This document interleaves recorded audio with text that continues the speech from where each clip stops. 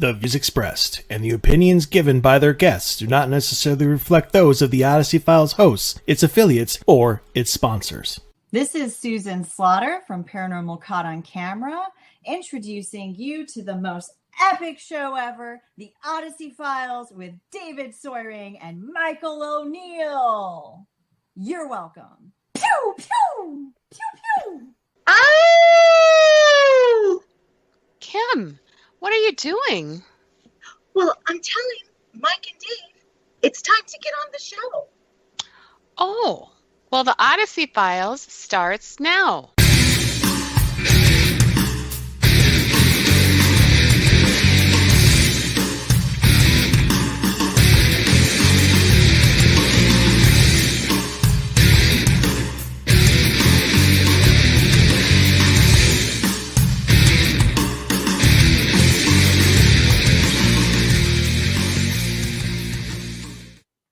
Good evening, paranormal community. You are watching and hopefully at some point in time listening here to the Odyssey Files. I'm your host, Michael O'Neill. With me, as always, appearing to be what is in an after-school special is my co-host, Mr. David Sawyer. Good evening, Dave. Good evening, Mike. Good evening, everybody. Welcome back.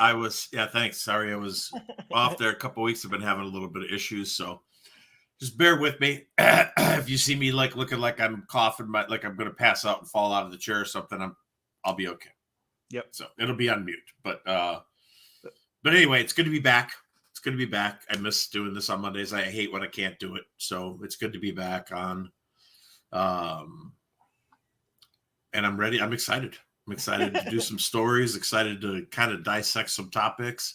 I'm excited to talk about something that I had no idea even existed, which obviously you guys were talking about last week in my absence, was the Black Knight satellite. So yeah, that'll be hour two, but I read a bunch of stuff on it here this evening, and I got some questions, and I've got some opinions. So well, that's why we're going to take a little bit of time in the second hour to talk about that, because Kim and I from last week just found that out like that day. Never heard of it before, and I'd even said I'd like to see your take on it and get your opinion on it, because I don't think that you had ever heard of it either, and I was correct. No, I hadn't. Awfully strange.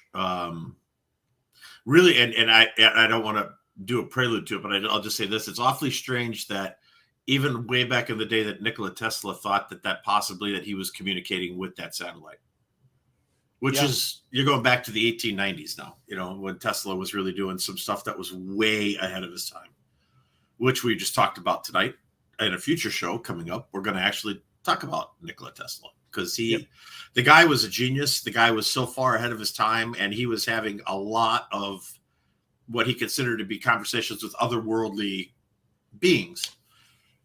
So there's a lot of really good stuff in there to digest and talk about and stuff. So that'll be a great show too. But we got a great show tonight. Yes, we do. So we are going to talk about myths of the paranormal.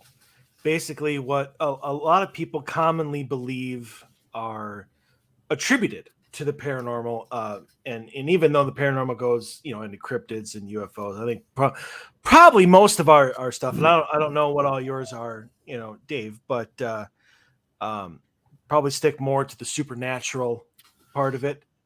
Yeah, I think the ones that I saw that I that I dug into are more ghostly, more supernatural type of. There are a lot, obviously it stretches way out into the UFO realm and into the cryptid, like the really popular cryptids, like Bigfoot. There's a lot of stuff on Bigfoot too with that. Oh yeah. But that's another show. God, we could do months worth of shows on Bigfoot and have different guests on with different opinions of what they think Bigfoot is, and so we're not going to do that though, because we're not a Bigfoot show. No, we are a paranormal show. So right. You're going to get some UFO in there. You're going to get some Bigfoot in there. You're going to get some Loch Ness Monster in there. You're going to get some ghosts and spirits in there.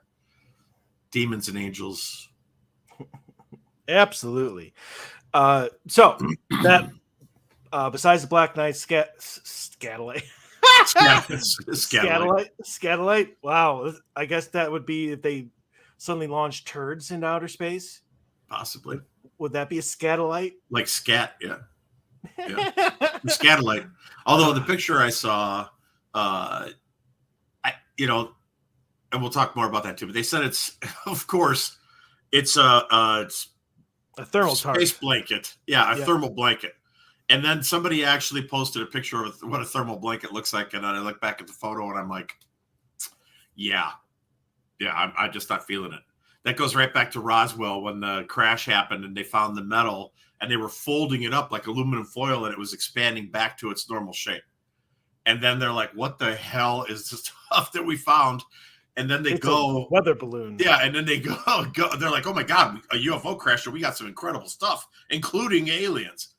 And then I think it was not even a day later, 12 hours later, whatever it was. They're like, no, it was just a weather balloon. There's no dead alien bodies. There's no metal that crimples and then reforms itself. And we're not using any of this technology to create stealth bombers or any type of NASA projects or anything like that either. So just so you know, right? It's just a weather balloon. It's all human ingenuity. That's right. Pat ourselves on the back hard on that one. So all that is coming up here in the second hour. So it's going to be a phenomenal time. So stay tuned for that. But first, we have another set of stories. One of which actually talks about one of the myths that we are going to be discussing later. Yep. Which I might add, I'm very upset that you did not give that story to me. But it happens. I understand. Look at it this way. I gave myself the 47-page you did doll story. So if you want to switch, I'll do number one. I'll do the odds, and you could do the evens this week if you want to. Nope, I'm good. To me. Okay. Nope, I'm good. I kind of figured that was going to be the answer. So, all right. So getting into story. Story number one: Red Eyes in Closet. Apparently, wasn't available for that title. I lived in a double-wide trailer up until age 6. I remember the foxwood paneling on the walls would freak me out because the pattern looked like mean eyes, but I don't really remember much else about living there. Okay. My mom told me recently that they sold the trailer and it moved to another part of town. The new owner called her up asking if it was haunted because her daughter keeps talking to the closet and they both saw red eyes glowing. My mom told her that they were not aware of it being haunted, but she would walk by on many occasions and I would be talking to the closet. Yeah. I have no memory of this, but it really freaked me out that maybe something was trying to mess with me.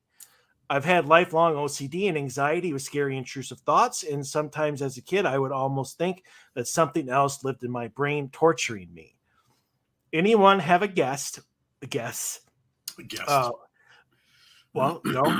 Anyone have a guess? Apparently, my English is flawed tonight. What would have red glowing eyes and in a closet? So the first thing that I want to hit here is, again, and I'm still looking for this answer.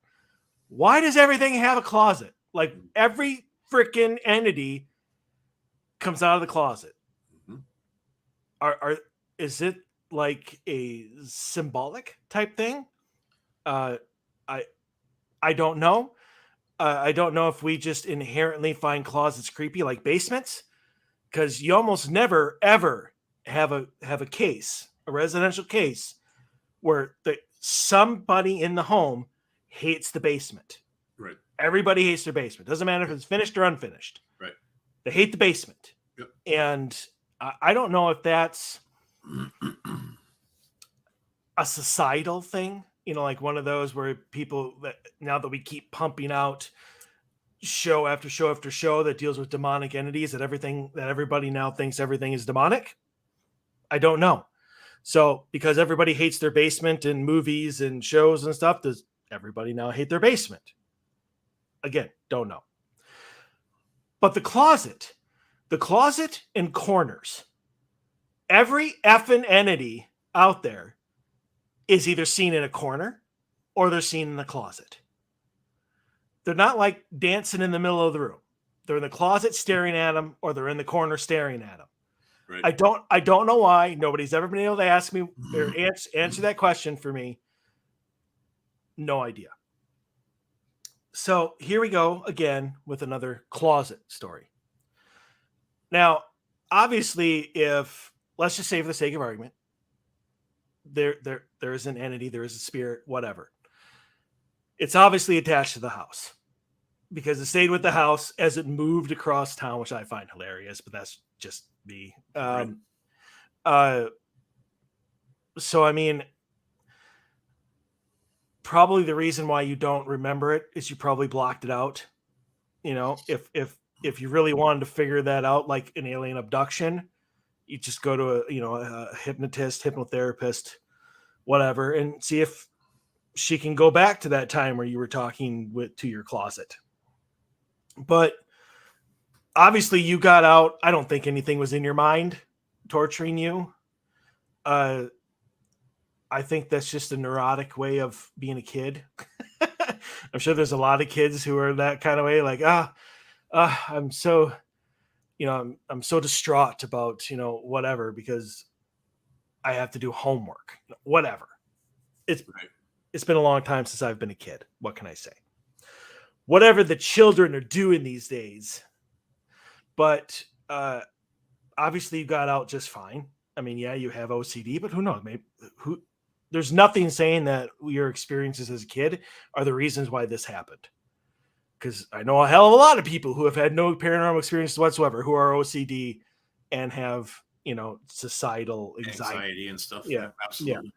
Yeah. So, I mean, you can't just automatically attribute that to some sort of paranormal, experience or experiences you had as a kid. Could it be? Yes.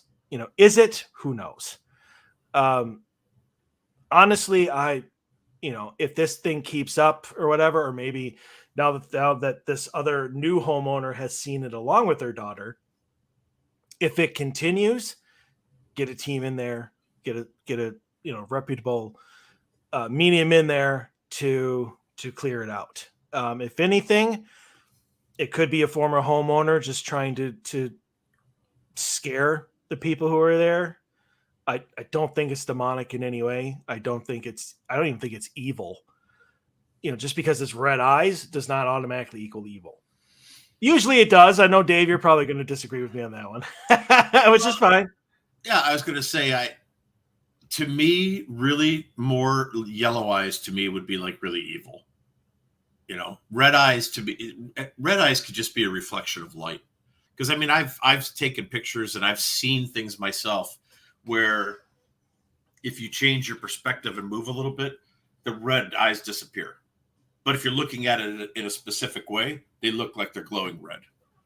So I won't disagree with you on that. Yellow eyes for sure. I don't like yellow eyes to me are demonic because nothing has yellow eyes. You know what I mean? Like that, like you don't take a picture and go, "Oh, I got to get rid of the yellow eye."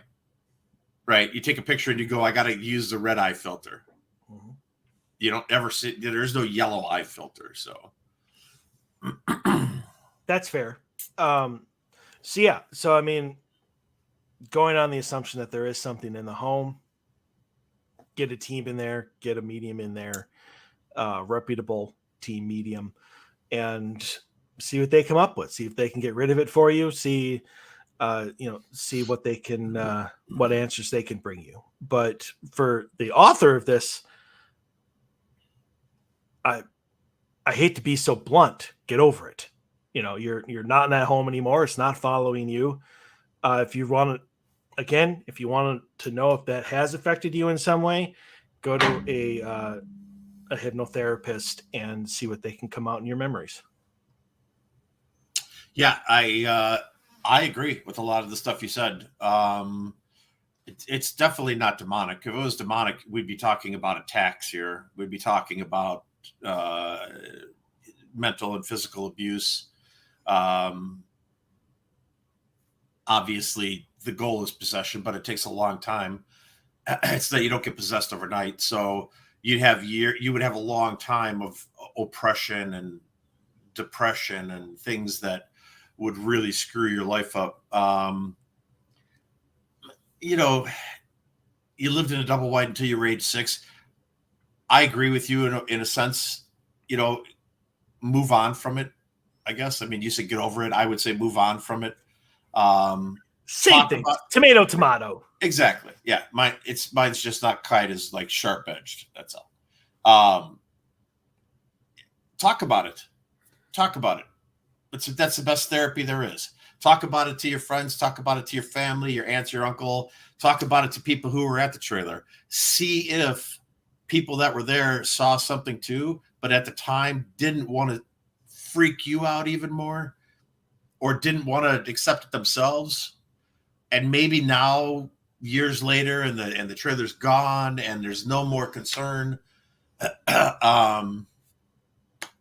Maybe they're willing to talk about it, and maybe through the therapy is the best thing you could do. So whether you go to a hypnotherapist or a past life regression therapist or a past experience regression type of therapy, or you just talk with your family, people you love, that getting it out and talking about it is probably the best thing that is going to help you move forward from it. I can tell you for a fact, I hate closets too. Everything that happened to me started in a fucking closet. So I hate closets too. And yeah, I used the F-bomb for the first time ever on the show. But that's how much I hate closets.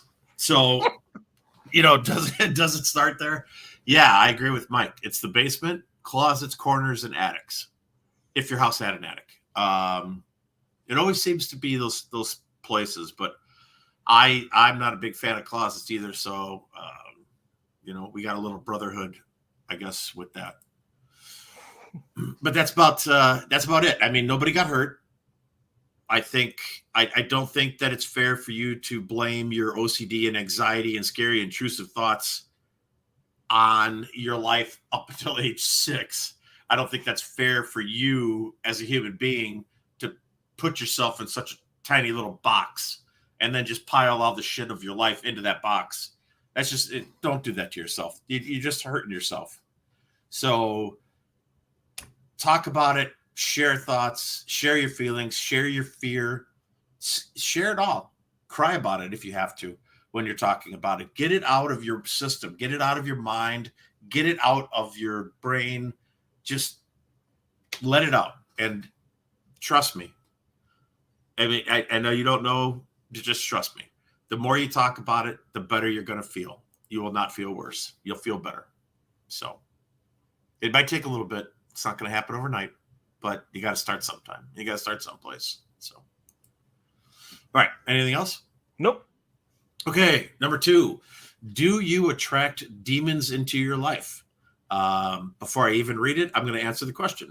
I don't personally attract demons, but are there people that do attract demons by their lifestyle? I would say that I am on the page of yes. I do think that a particular type of lifestyle or actions draws darkness to your life, depending at, and we could do that's actually a good topic for a show, actually. Not necessarily does it draw demons to your life, but do your actions draw negative entities into your life that can just create more and more and more and more chaos and shit to happen? We could do a whole show on that. But anyway, so do you attract demons into your life? Debunk this. Some of my family members strongly believe that by watching, reading, talking about, etc., anything paranormal and supernatural will attract spirits and even demons into your life. Yet, my whole immediate family has been doing all 3 of those things for years. I've only had one paranormal incident, but that was almost 3 years ago. So what do you think? Do you believe this to be true or false? Okay. So the question you're asking in the actual title and the question you're asking in the body of your story is 2 separate questions here, the way I read it anyway. Does reading, watching, talking about things that are supernatural and paranormal, will it attract spirits into your life? I'm going to say yes. Is it going to attract demons into your life? I'm going to say no. Your lifestyle is going to attract demons into your life. But If you are watching, reading, talking about, interested in, focused on paranormal events, spirits, ghosts, let's just stay in that realm. I know we know paranormal encompasses a lot of stuff, but let's just stay with spirits and ghosts. Yes, I think it would. I think it has the possibility of attracting the spirit activity into your life because you're focusing on that. And as you're focusing on it, your energy is focused in that direction now. Whereas maybe before, so they said 3 years ago, for the last 3 years, they've been doing all these things. So prior to that, maybe you were reading the Bible every night, or maybe you were taking walks with your dog every night, or maybe, who knows, maybe you went out for ice cream every night and you never watched any of the shit on TV about supernatural stuff and demons and all this other stuff. But now you are. So now your focus has changed. Will that possibly cause a spirit to be attracted to you? Absolutely. I believe that absolutely. And I've said it. I have told investigators this from day one, people I've trained, people that I've worked with, people I've gone out with, just friends, even friends of mine that don't investigate, but really are into investigating and really into the paranormal, that the more you focus on what it is that you're doing, the more you're opening up that door, you're opening up that crack. And once you get it to a certain point and it's open and you see the other side and the other side sees you, there is no going back. You can't close the door. And that's my personal belief. People could tell me I'm right and wrong, I'm full of shit, whatever. That's perfectly fine. It's not going to affect me. I honestly think that once you see your first spirit, once you see the other side, that there is something there behind the door and it sees you, that door will never close again. Nope. And honestly, why should it? I mean, you wanted it to happen. It happened. Spirits aren't going to like hunt you down and like peel your flesh off. They're not demons. They're just spirits. We talk about stuff like that all the time with mediumship and whatnot. Do you have like a light in the darkness because you have the ability to communicate, or they think that you have the ability to help them or transition them? I think the more that you get into a topic, the more your focused energy is on that topic, the more energy you're putting out into the universe on that specific topic. So demons, no. Entities, spirits, I'm going to say yes. We have had this question multiple times before, and right. Every single time until this time. Right. Your answer has been no, absolutely. You're crazy if you think that. And now all of a sudden you're like, I always believe this, that you could attract things just by watching TV. Okay, well, maybe I shouldn't say I always believed it, but I believe that I believe that if you focus your energy enough on a specific thing for years. Do I think that paranormal TV is going to cause you to have paranormal events in your house? Absolutely not. Absolutely not. And I think that's what they were asking. But what they're saying is watching, reading, and talking about, etc., which means there's even more to that. So it's not just watching paranormal TV. That's not what it says. Am I going to get an attachment by watching paranormal TV? That's not what this question is. Some of my family members strongly believe that by watching, reading, talking about, etc., so there's more to that. Anything paranormal and supernatural will attract spirits and even demons into your life. So if you're reading, openly talking about, watching, exploring, what does etc. mean? To me, etc. means maybe you're investigating.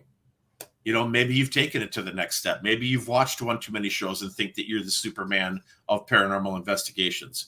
There's a show out there with a female right now on Discovery Plus that obviously she watched one too many shows because she thinks that she should be out there investigating.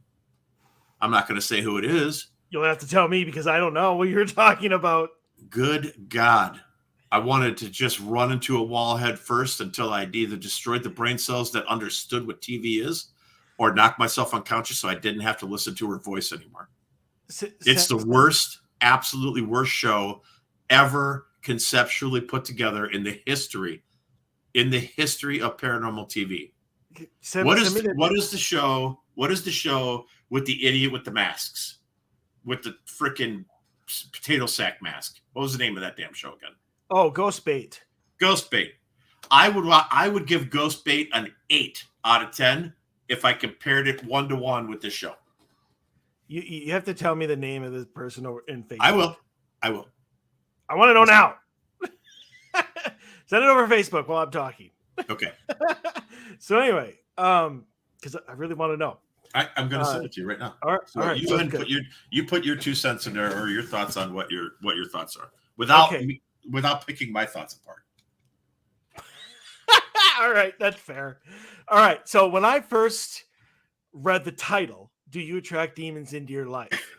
like, I already had my answer complete before I read this question. And then when I read the question itself, I'm like, that's something completely different. So I'm with you on that one. That what the question is and what the title is are two completely different questions. Right. So do you attract demons into your life, which is the obviously the title. Yes, you can. I agree with you wholeheartedly on that one. I think that it's often a claim that they go after like recovering drug addicts or alcoholics because they're easier to get to. They're already broken down, right? To an extent. Exactly. Their defenses are broken down. So yeah, and then they take those issues, those former issues, and they exasperate them and they exaggerate them and they make it so it comes back tenfold. Right. And that's how they get you. But if you are just leading your life, if you're going to work every day, you're coming home to your family, and that you mow the lawn, you just live a normal life. No, I don't think you can attract demons. It's not worth their time. You haven't dipped your finger into the pool. They're not going to see any ripples that you make. They're not going to care at all that you are there. Oh, yes. Okay. Sorry, I just saw the yeah, I figured. Absolute 100%. I'll tell you what, when you want to like just destroy, like you got some frustration and you want to watch, I'll watch it with you. We could just sit there and verbally rip the thing into 5 billion fine pieces of shit. That is how bad that show is. And one particular episode I don't know how there's 8 episodes. I have no idea. But there is one episode where the guest on the show actually says, well, if you're not going to come out and play, how about if I just dance on your Gotcha. Okay. Yeah. That is the mentality of the show. Okay. Gotcha. So I don't think I could watch that. You won't make it. Yeah. You won't make it 5. I'll force you to make it 10 minutes so that I can show you the moments that caused me to explode, but you won't make it 5 minutes on your own. If I can't make it 10 minutes into a Destination Fear episode, I won't make it. Yeah. I won't. You're not going to make, if you can't do 10 minutes of Destination Fear, you're not going to do 10 minutes of this shit. There's absolutely no doubt about it. All right. And if anybody wants to know what we're talking about, private message me, because I don't want to get into trouble for publicly saying the name of the show. I don't think we would, because it's a personal opinion, but who knows, in today's society and everybody whines about everything. I don't even want the shit in my life. So right. So send me a private message and I'll tell you what my thoughts are. Exactly. So, okay. To the body of the text, can you, some family members strongly believe that watching, reading, talking about, etc., will attract spirits and even demons into your life. Mm-hmm. I honestly do not believe that at all. Spirits, especially demons. But now, and Dave, you mentioned this, and so I want to put the little asterisk there. Okay. If all you are doing is reading stories, watching paranormal television, you're maybe sitting on the couch just having a conversation, between friends. You and I do it all the time. Right. I don't believe you're going to attract anything that you would not otherwise attract in general. Okay. If you go forward and that, as you said, Dave, that interest in, because you watch the TV, because you're reading these books, because you're having these conversations. You decide to act on that. You bring out a Ouija board. You go on an investigation. You go try to investigate a cemetery. You buy a digital recorder and start investigating your own home. Exactly. Because that's totally a bad move also. But I'm sure there's a lot of people that do that. Yes. If you start to act with the intent to reach the other side, then yes. Yes. You will attract what you are asking for. If you are asking for demons, you will probably eventually, if you do it enough times, get a demon who will obviously come and destroy your life. So, hey, you get what you asked for. Exactly. So, I mean, because we don't know what the et cetera is, I think if all you are doing is having that interest of turning on the television or reading a book, and that is it, and you are not actually focusing with the intent, forgot about that in your focus, the intent to reach the other side, I think you'll be just fine. I don't think you can attract. So, and damn, I was going to wait till the second hour to give my thing, but you screwed me up with you saying yes. And I'm like, now I have to respond to that. That's fine. That's what makes for good talk radio. Exactly. So that's, and because I was so like flabbergasted by your answer, I wasn't even to call those people morons. Well, so I on behalf of the individual who wrote this question in, I'm going to say thank you for not referring to them as morons. That I had a little bit to do with that. So I'll speak on their behalf tonight. Gotcha. All right. So yeah, that's my answer, and I'll probably go into even more detail later. And that'll be a we'll touch on that. We'll touch on that in the second hour. Yeah. So, all right. Number 3, he just looked in my room and then left. This is an experience. So, okay, this happened a couple of years ago, but I'm still trying to figure it out. I woke up in the middle of the night and turned around to see a man had opened my door. He wasn't menacing at all, had nicely cut hair, glasses, a nice but casual button-up shirt and pants. He seemed to be in his mid-30s or so. He looked inside my room left to right, and the only way I can describe it was that it was as if he was, quote-unquote, checking something. So I asked him, what? But he didn't say anything and just slowly closed the door. I was a little freaked out, not because he was scary, but because I was confused as to what just happened. The next morning, I told my mom about it, and she said maybe it was my dad. But why would my dad be wearing glasses, which he doesn't wear, and dressed nicely in the middle of the night?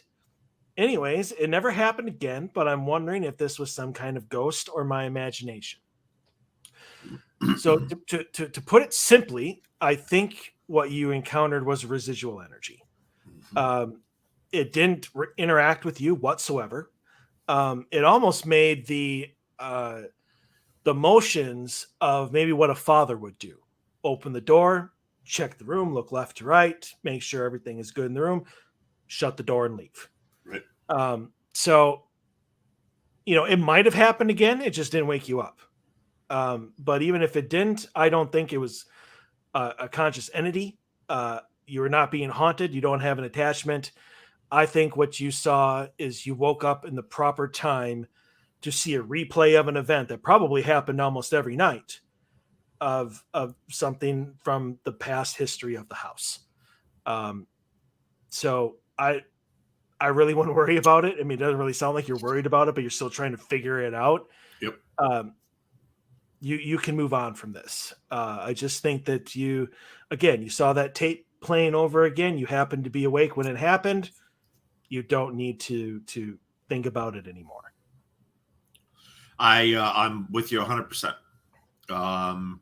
The thing that I really liked about this was that the person who experienced this, it doesn't say if they're male or female, but the individual who experienced this saw this entity so clearly, right? Like had a nice haircut. Like, when's the last time you saw somebody talking about seeing a spirit and be like, yeah, they had this really nice haircut. It was really, just looked great on them, and a really nice shirt. It was kind of casual, but it was a nice button-up shirt. Like they could tell it was a button-up shirt and pants. I'm with you 100% on the residual thing. But as we know, and as I live my life, everything happens for a reason. So for whatever reason this was, you were supposed to see that. I don't know if it was, I have no idea why, but everything happens for a reason. Nothing is just coincidental in my life. I don't believe that in coincidences. So maybe it was just supposed to be something that to expand your mind, and it's going to take you, and having this experience is going to open up a door somewhere down the road for you that you might not have opened up because you would have never experienced anything like it. That's how my mind works. So I think that moving forward somewhere down the road, this incident, which I believe it was an incident, I do not believe it was your imagination. If it was your imagination, you wouldn't be describing him in such fine detail. I think that you saw this and you were meant to see this because somewhere in the future, it's going to create a path for you that's going to be where you're supposed to be. That's going to be, you're going to be on your path. And this is just a little moment in time that you needed to see. That's fair. Yeah. I mean, I think, how else can you describe it? I mean, because I'm listening to you and I'm thinking, okay, well, we know residual hauntings happen. Obviously, you're not going to interact with them. I've seen them myself. You've seen them. Everybody, people that have been in the field for a long time, we've all seen residual stuff. But when going on what you said, right, if it's like happening frequently, but you never wake up, right? But this one particular time you happen to, there's a reason why this one particular time you happen to and see them. So, okay. I love this one. And God, I'm glad I'm not in a bad mood and that I feel better than I have for the last 2 weeks, because otherwise I would just destroy the shit out of this. So, how to properly start the EVP. All right. Remember that anytime you start your talking with spirits, you have to say questions.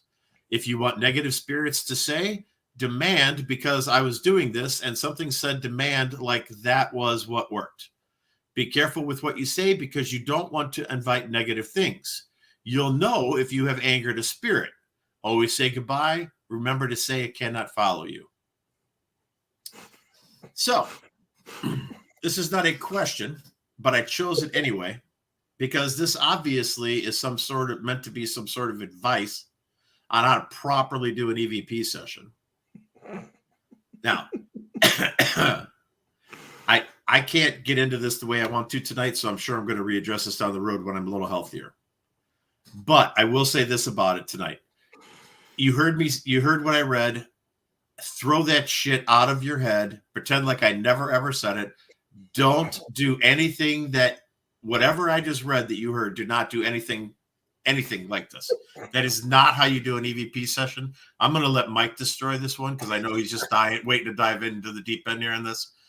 But this person, it scares me when people who don't know what they're doing, like, think that they're out there should be giving advice to other people. And then regretfully, there are new people who have never done an EVP session and they don't know what they're doing. And so they look online. That's the way our society lives now. They look online and they're like, well, I'm going to go look and see how somebody else is doing it or what they're doing.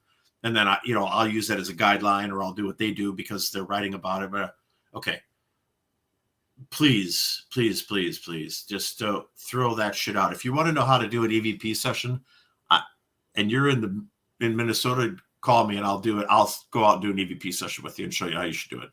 Or, maybe we'll do a show on the proper way to do EVP, or like a half hour, and all we'll do is specifically, we'll actually demonstrate like how to do a proper EVP session. It'd be good to do, actually. Maybe we could get a site and do a live stream or something, because I'm not going to do it here. But, do it at a location that we could get access to, or that we could go to and do a show from a remote location. So, and actually, yeah, right. Actually do an EVP session, and show how to properly do it and do it respectfully. And you don't start asking negative questions, and you don't, okay, I'm going to stop because my throat's starting to really hurt. So, Mike, have at it.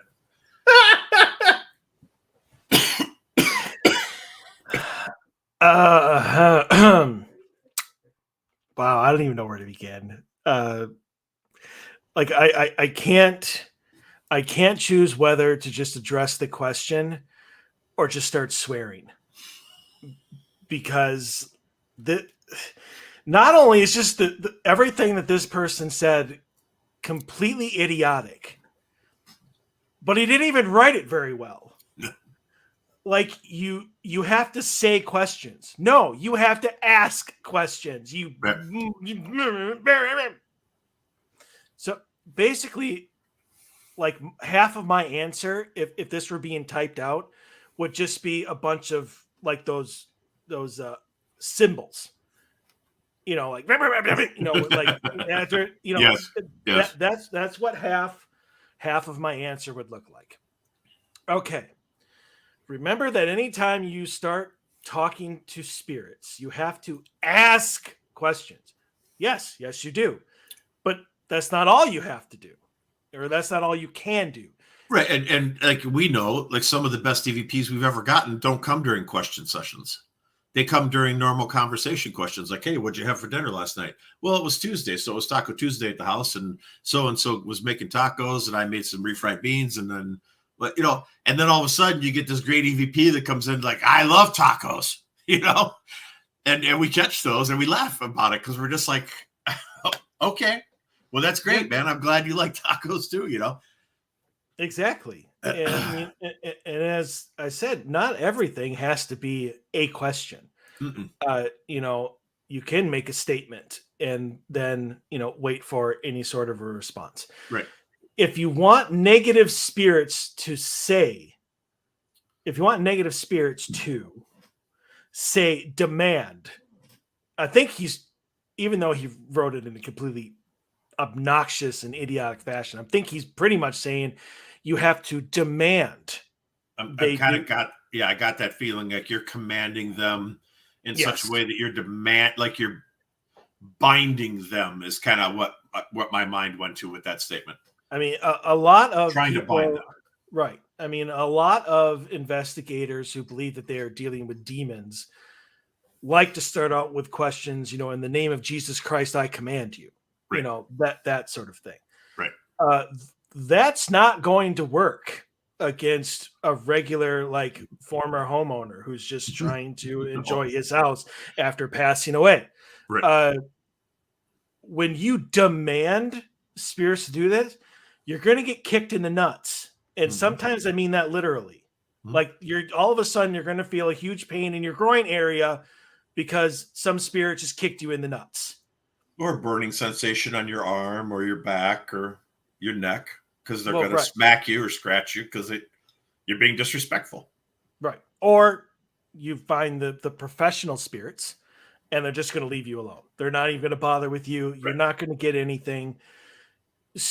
We do not. This may be our plane and they may be guests on it. So we do have some power, but they also have their choice still of whether they want to interact with us or not. Right. And if you start acting like a jackass, not only are they not going to give you what you actually want, but they'll probably follow you home and scare the living crap out of you there just because they can and they got nothing but time. It has happened. Yep. And it happens frequently. It's not a rarity. That is not what Mike just said. That is not a rarity. That is a frequent event for people that don't know what they're doing. Yes. In fact, a question I get asked often, like during presentations and stuff, is what is the best way not to be followed home? My answer every single time, right off the bat, is don't be a dick. Right. Be respectful. And if you're going to go into somebody's former home, you're even going to go into like Edinburgh Manor and start talking to the residents there as though they owe you something. Right. And you can command them. You're going to get hurt. Yep. Or ignored. Either one, there's no middle. You're not going to be like, oh, Jason is demanding that I speak to him. I guess I got to do it. No, it's not going to happen. No. So, be careful what you say. Yes, that is actually true. Be careful what you say. And, of course you don't want to invite negative things. And if you do, well, then you deserve what you get. Now, always say goodbye and remember to say that it can't follow you. Now, you can say that during in an EVP session. You just don't need to. Right. When you know what I do, I've been doing it for, 8-9 years now. At the beginning of the investigation, I lay down the rules. Just don't attack us. Don't attach yourself to us. Don't follow us home. Yep. And then at the end of the investigation, completely, good night and goodbye. That's all you have to say. You don't need to end every EVP session with a goodbye unless that is the end of everything. I do agree with that. If you are ending everything for that night, it is good to say goodbye. Just to make sure that there's no miscommunication that you want to continue doing what you're kind of closing the door in that, like not literally, but And there are some places where I don't even feel I need to do that. The LeDuc Mansion, for that instance. I know they're not going to follow me home. I know they mean me no harm. They know I mean them no harm. I do not feel like I need to be like, okay, I'm ending this session. Goodbye, or let's investigate, because I know that they're not going to do anything. But you go into like Edinburgh Manor, Villisca, Malvern Manor, Waverly. Yeah, you might want to end the investigation with a goodbye. Right. Well, you got to remember you're dealing with, those are all asylums. So if you're in an asylum situation, the people's mentality obviously is from A to Z in that place, right? So some people are going to be with you and be like, hey, this is cool. I like this guy. I like his vibe. I'm going to walk around with him and maybe I'll share some stuff with him if he talks to me. And some other people are going to be so out of their mind that they're not even going to understand what the hell's happening, and then you say something that triggers them. It's probably a good idea to just say goodnight and goodbye. Just be like, okay, I'm done, right? The door's being closed. Same thing with prisons, I think. Like, I think that, if you're not careful, if you go to a really dark, one of the top 10, dark prisons, and there's people who are into the paranormal. I mean, I don't need to name them all, but you'll know them. West Virginia's one, Montana, Joliet, and many, many, many others. Rocky Mountain, Eastern State, Ohio State. Yeah. Right, exactly. I mean, there's, top 10, top 12 bloodiest prisons. Those were really, really bad situations. And I personally think you need to be careful when you walk into places like that. You need to have respect. Because, I mean, when we were in West Virginia, I was being respectful. I got spit on. I got shanked. I mean, I got, and I wasn't even being aggressive. I was just being like, hey, I'm glad to be here. This is like my bucket list location. This is great. And I'm still getting treated like shit. So I think it's important when you go to locations like that carries a lot of powerful energy. You could say dark if you want to. Maybe there is some dark energy there. Maybe there is some demonic type of energy there. I mean, it wouldn't surprise me. A lot of pain and suffering, but you got to be careful with what you say. Yep. All right. So that's all I got on that one. Yeah, that's all I got you for now. Well, right. All right. Next story: headaches and paranormal activity. A friend of mine has regular paranormal experiences at home. She sees shadows, water turns on, stuff has flown across the room, doors slam. She hears voices and noises when no one is home. Her family has witnessed these things as well. Lots of activity. Says it's been going on for many years. She also suffers from headaches and migraines. Does anyone know if headaches and paranormal activity are ever connected? She has been debating this, and I told her to start journaling to see. Does anyone have any experiences like this? Thanks in advance. So, okay, I think there's two things going on here. So you have all your experiences, and then you have headaches and migraines. So the question of, do headaches and paranormal activity are ever connected? Yes. Are they always connected? No. Again, like the story, I think it was story number 1 or whatever. Just because you have this happening and paranormal activity does not connect the two. The OCD and the anxiety from story number 1 does not necessarily is the result of paranormal activity. Because again, you have millions of people who have never experienced anything paranormal in their lives who suffer from headaches and migraines.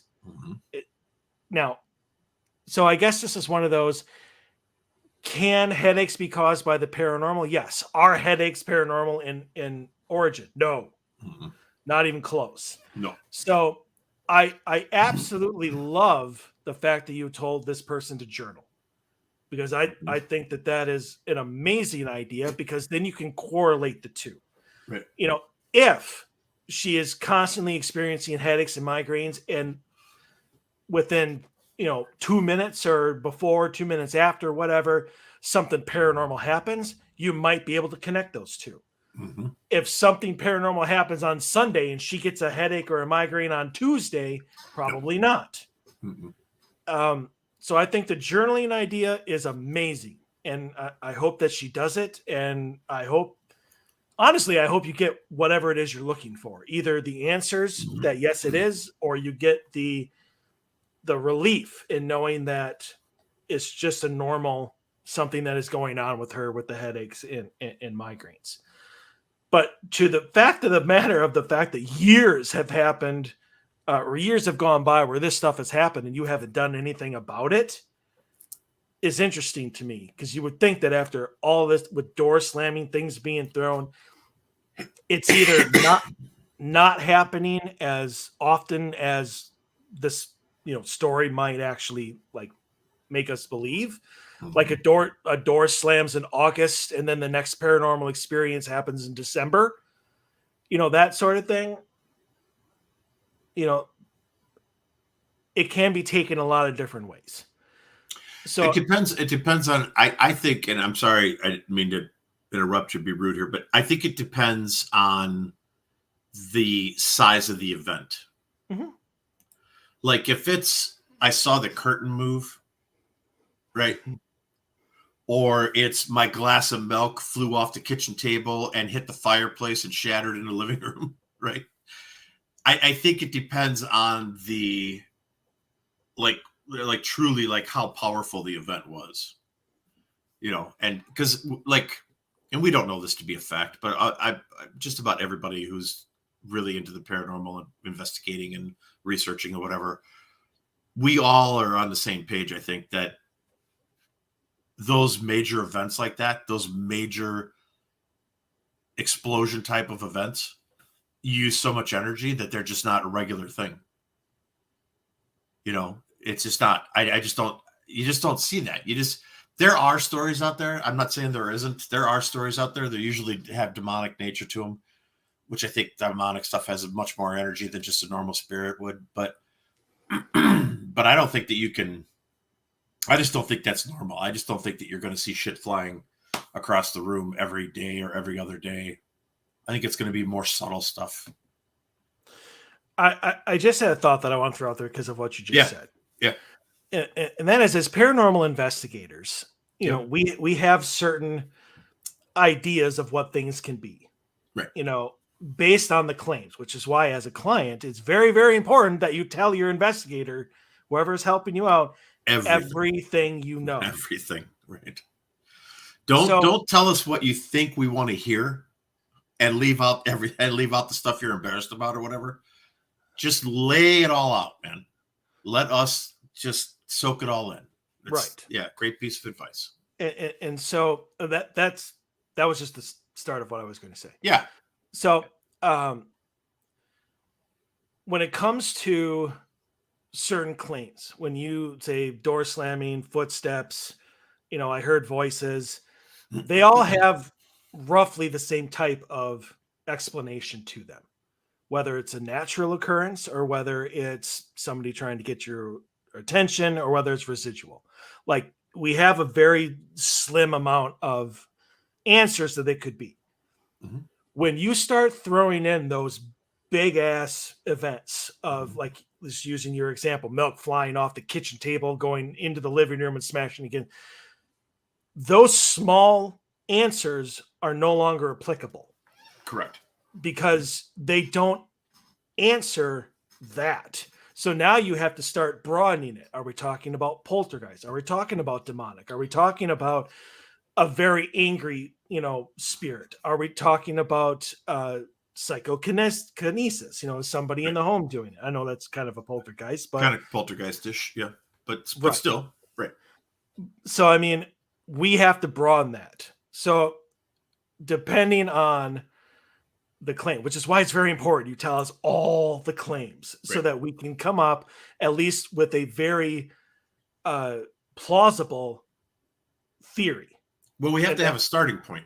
Like Well, any, that's what I mean. like anything in life, right? Anytime, like when you go see your doctor, you don't just walk in there with your arms folded and sit on the chair and not say anything, right? Your doctor needs to know, why are you here? What's wrong? What are you feeling?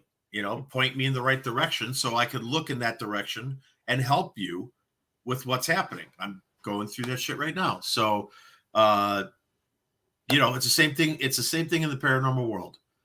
However subtle you think something is, it's still important. Yeah. It's still important. You know, we have to have a lot of, and even more so, I think, honestly, and, you know, now that you said that, I think even more so in the paranormal, because it's still such a humongous, wide open, no boundary science, right? That it's not like going to see a doctor where, and I'm not saying every disease and every illness is finite, but in a sense, it's much more finite than the paranormal is, right? Like if you're going in for headaches and migraines and stuff, they're going to focus on your brain. They're not going to focus on your liver or your foot. I know it sounds funny, but I'm just saying, you know, but the thing in the paranormal is there's so much going on, and there's no boundaries. Right? There's just no, we as a society, we as human beings have such a minuscule understanding of the paranormal in its true realm that we're not even remotely close to establishing like medical type of things, like what I was just talking about. We're not even remotely close, I don't think. I don't. I know a couple shows ago, a couple months ago, it was not probably, you had made a comment that you thought like in the next decade or 2 decades or whatever, that like all the answers to the paranormal are going to be found. I did not say all the answers are going to be found. I think we're going to make a big breakthrough. Okay, make a big breakthrough, right? So I don't know. I think that we're in such infant baby steps right now. Even though we think we know a lot, we don't know shit. We don't know shit. We're learning. We're learning. Every day that we're involved in it, we learn, right? I mean, we learn, hey, I thought this might be what was happening, and obviously it wasn't. Or, you know, the client said this, and this, and I kind of got in my mind that maybe this is what's happening. And it did. It did turn out to be grandma, who had passed away 6 months ago, who had some unfinished business. And she just was hanging around the house to make sure everybody was okay. And she wanted to get her last 2 cents in. And we got it on EVP, you know, or something, you know, or we got some video evidence, you know, interaction with equipment on specific questions or something, you know, something that you could take to your client to be like, okay, you know, I think this is what it is, and everything's good. Everything's okay. Yep. Did you have anything to add about the actual question, or do you want to go on to the next one? You know, the only thing I'm going to say about this is that I think in the paranormal world that nausea is much more a correlation with paranormal activity than headaches are. You know, I myself, when I walk into and I'll just go off my own personal experiences. When I walk into a situation where I'm not in the right mindset and there is something strong there, I get really, really nauseous. If I'm confrontational, which I'm not that much anymore, but I used to be, and there's something powerful there and we start butting heads, I will get extremely nauseous. And you hear stories all the time of people like say, you know, I've seen it many, many times personally on investigations, but for people who don't go out and investigate, you see it all the time on TV. You know, like, hey, we're going to go in here. Things are starting to happen in this room. And all of a sudden somebody will be like, I got to step out. I have to step out and get some fresh air. That's because you're getting overwhelmed by the energy that's in the room. And it really doesn't show up as a headache. It shows up as nausea for some reason. I don't know what the correlation there is either, but I think it's more a correlation of nausea than headache. I agree, but my 2 cents on that. But I know that, like Sam, especially one of my investigators, he goes into a lot of places, and his thing is that he feels like a headache starting to form. You know, he feels Pressure on his head, right? Pushing down on him. Yeah, a pressure on his head. So I think that. I think the pressure is probably more common than an actual headache. And especially, I don't know if I've ever had anybody go into a haunted location and have a migraine. And I've never gone into a location. I've been in some shit locations. I've never walked into one and got a headache or a migraine. I've gotten nauseous to the point where I felt like I was going to throw up right there on the spot and needed to get the hell out and get some fresh air for 5 minutes and then come back. But I've never gotten chased out by a headache. Yeah, and unless the person is prone to migraines in general, I've never had anybody go in and be like, "Oh my God, I have a migraine. I've never had one of these before." Like that has never happened in anything that I've ever done. So, has it ever happened? I'm sure it probably has, but I've never witnessed it myself. Right. All right. Well, I know this next one is your favorite. Yeah. No, I don't even think I'm going to read this. I think I'm going to save that. Seriously, you want me to read that big one tonight? No, it's all right. I don't want to get into a coughing fit right in the middle of it, and it's 8:00. I just know that you really love haunted dolls. That's all. I absolutely hate haunted dolls, which is why I chose that one. I know. I will. All right, I'll have a bunch of throat lozenges and some cough syrup and stuff, and I'll read it next week. We'll save it for next week. Okay. Do you want to do any more? Because there's 2 other ones. I mean, number 8's like, whatever. We could throw that one away. Number 7's okay. I mean, do you want to do one more, and then we'll and then switch gears and go into the satellite thing, or do you want to jump in there now? Because I think this second hour is going to be between the Black Knight satellite and then going into Myths of the Paranormal. That's more than an hour right there. So okay, all right. Well, then let's do it. Let's. Okay. Right. We'll save those couple questions for next week. Sounds amazing. All right. So okay. Jumping in now just to hour 2, unless we want to take a small break. I wouldn't mind taking like a 2-3 minute break. I go get a glass of water and refresh my water. It's only a minute and a half, so I'll run. Gotcha. All right. Well then, but I could get some fresh water so I don't go into a dry cough here. So these you will really enjoy these promos for the next minute and a half. We will see you back here on the other side. Hello, I'm Al Lagarde from Paper Route Productions, executive producer, Kindred Spirits, Paranormal State, a whole bunch of television shows. And I've worked with a lot of people on paranormal projects and met a lot of people in paranormal radio. And I want to say that Dave and Mike are 2 people who have a face for radio, in particular, internet radio. Hi, everybody. This is Chip Coffey, psychic and medium. I just wanted to let you know that when you're in the mood to get weird, you need to tune in to the Odyssey Files with 2 of the biggest weirdos I know, David and Michael. Take my advice. It doesn't get any weirder than that. This is Heather Taddy of Paranormal State and Alien Highway. I can't say that the Odyssey Files are out of this world, but Mike and Dave are quite abductable. Hey, this is Dustin Perry from Ghost Hunters, and you're listening to Dave and Mike on the Odyssey Files. It's not the best show you're ever going to listen to, but it's also probably not the worst.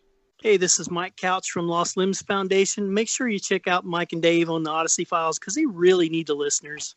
This is Michelle Belanger, author of The Dictionary of Demons. What is faster than a speeding shadow person and more fun than an anal probe? It's Mike and Dave of the Odyssey Files. Hold on to your hats and buns. This is Andy Lynch, director of photography of Kindred Spirits. And when I'm not filming Amy and Adam at some creepy location, you can find me listening to the Odyssey Files with Dave and Mike. Or doing something else, I don't know. Hi, it's celebrity tarot reader Ken Boggle, and you're listening to the Odyssey Files with Mike and Dave here on the ParaX Network. You're going to love it or not. Either way, I'm not being paid to say this, so I could totally care less. And we are back. Still haven't gotten the new one in there. Yeah, it's good with Ken. So I was just laughing at. We are not on the paranormal or the ParaX Radio Network anymore. No. But with all things going forward, we may have an announcement here in the next week or two about a new network home for the Odyssey Files. So yep, we're looking forward to being able to do that, because I think that you guys are really going to enjoy it. But for now, you're stuck with us here on our own pages. And if you're listening on the audio version, your number one streaming podcast platform.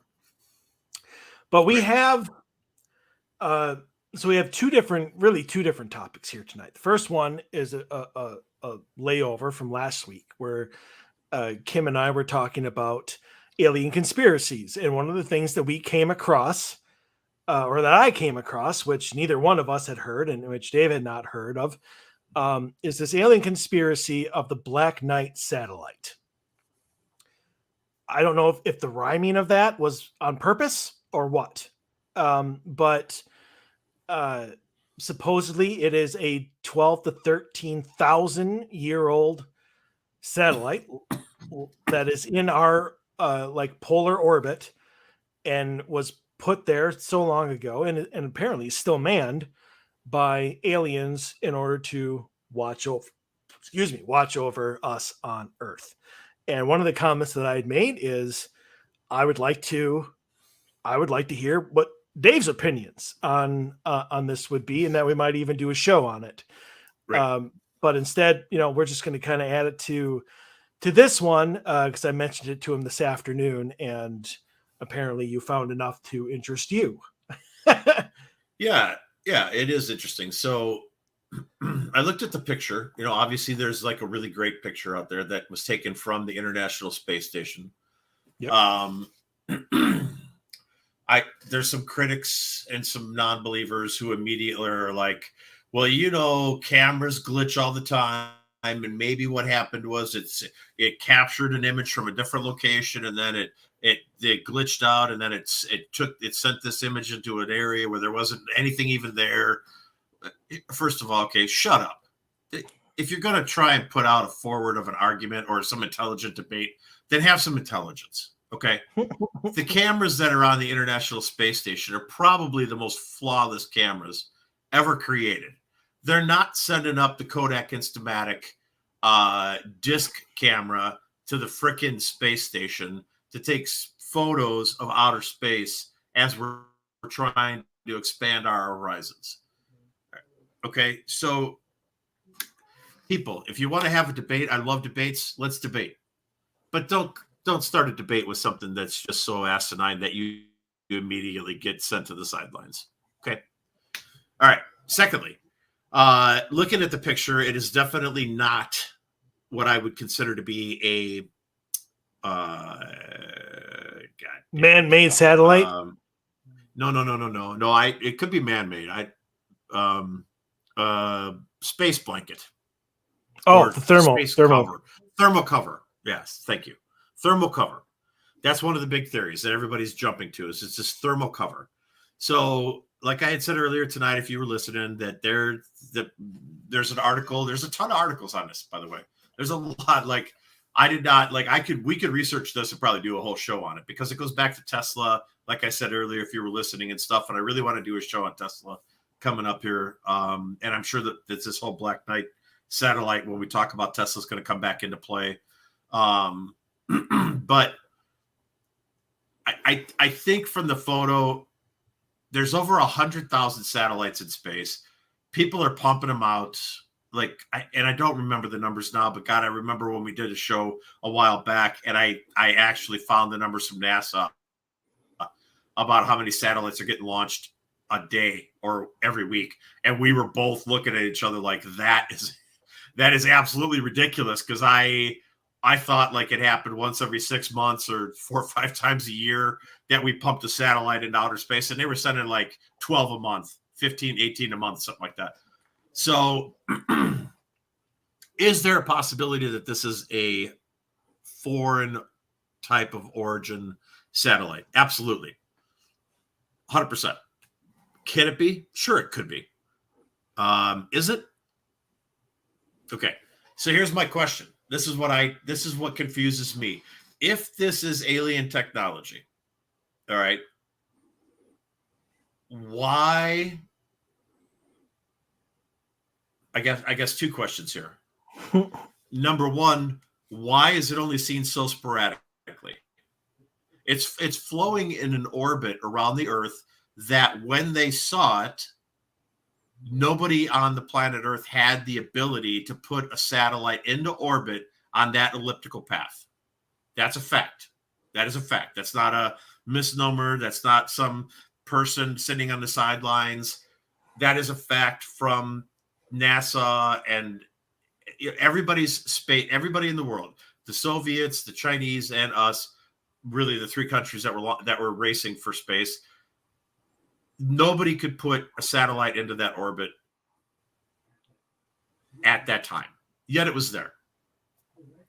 So right there, to me, that points to that question becomes, if we can't do it, but it's there, then where the hell did it come from? Right? And what is it? Then the question becomes, why don't we see it on a more regular basis? So going back to possibly the 1890s with Tesla, but I'm not going to stay there for tonight. Some reports from the 1930s of astronomers receiving weird radio signals. In 1954, the St. Louis Dispatch ran an article titled "Artificial Satellites Are Circling Earth," and then started referencing flying saucers. There's a gentleman, Donald Keyhole, who wrote a book, "Aliens in Space: The Real Story of Unidentified Flying Objects," where he documented his knowledge of UFOs, including what he knew about the Black Knight, which is interesting because we'll get into that when we do a Black Knight show, because I don't want to, I can't pat this guy on the back, but then, scientists and astronomers started seeing the satellites as it orbited Earth. In 1953, there was a sighting. In 1957, in 1960. In 1960, they actually documented that this object, which we'll refer to as the Black Knight, was actually following Sputnik 1, which was the Soviets' first satellite set into outer space that was in the elliptical orbit. That this object actually showed up and was following Sputnik, like it was tailgating it out of nowhere. Which I find that very interesting, that it would close the gap on it, and like it was checking it out to see like, who the hell are you? What are you doing here? It's interesting that in the 1960s, Time magazine, which I don't know Time magazine today, I don't really follow it anymore, but back in the 60s and 70s, Time magazine was like the publication to go to if you wanted to learn stuff that was, had credibility behind it. In September 3rd, 1960, the Black Knight showed up on radar for the first time. You could see it. People on the ground saw it with their naked eye for about 2 weeks. There was the government established a committee to investigate the object, but no report was ever made public. There's a surprise. In 1963, Gordon Cooper was orbiting the Earth. He was an astronaut orbiting the Earth and saw a glowing green light ahead of his space capsule. At the same time, a tracking station in Australia, over which the spacecraft was orbiting at the time, reported seeing the exact same object on their radar. So obviously something was there. My question is, I guess, as I read all this stuff, and my question is, why is it seen so infrequently? With our technology today, and God knows our technology is far superior to what they even admit it is. And we all know that. And if you don't know that, you should know that.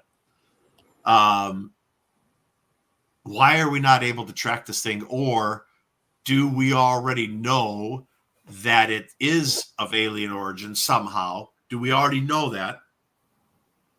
And so therefore, we were told not to focus on it. Like we were instructed to just worry about the other shit you're doing. Don't worry about what we have in orbit by whoever put it there. I guess that would be my question. Because we have technology that if we could hone in on that sucker, it would never be out of our gun sights. Ever. And especially since it's following an elliptical path that other satellites follow. So, is it real? Did we get told not to follow it? I think so. Maybe. So I guess I don't like doing this, so I'm going to answer your question with a question. Mm-hmm. Is if it's seen so infrequently, then why would we believe that it is on the same orbit it has always been on? If it can suddenly show up behind if it can suddenly show up behind Sputnik, right, and follow it, right, then it has the ability to choose any damn orbit it wants. Correct, and it has the ability to advance itself while in orbit through some type of bending of time and space and advance its position ahead or behind or whatever in its orbital path. Which means that it has its own ability to adjust. Right.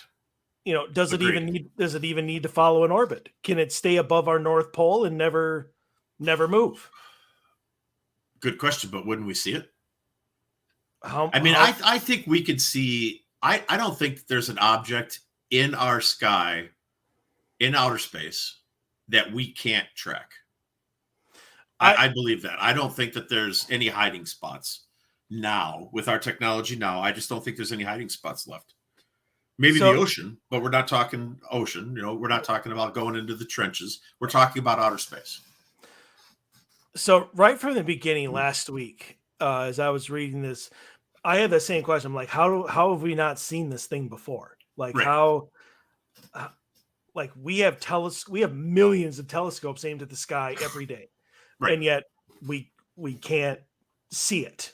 We have the International Space Station, which I agree has the best cameras you'll ever see in the world, in the universe, maybe whatever.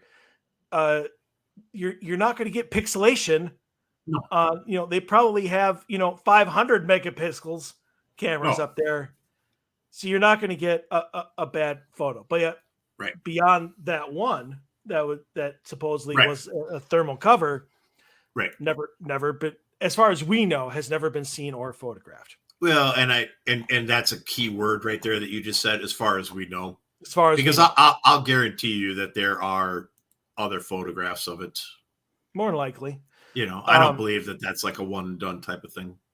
So I keep thinking back, and it's just the movie line, but I think it probably has some semblance of truth, and that is going back to Armageddon, the movie Armageddon. Yeah, and where they missed that, and I guess we missed that.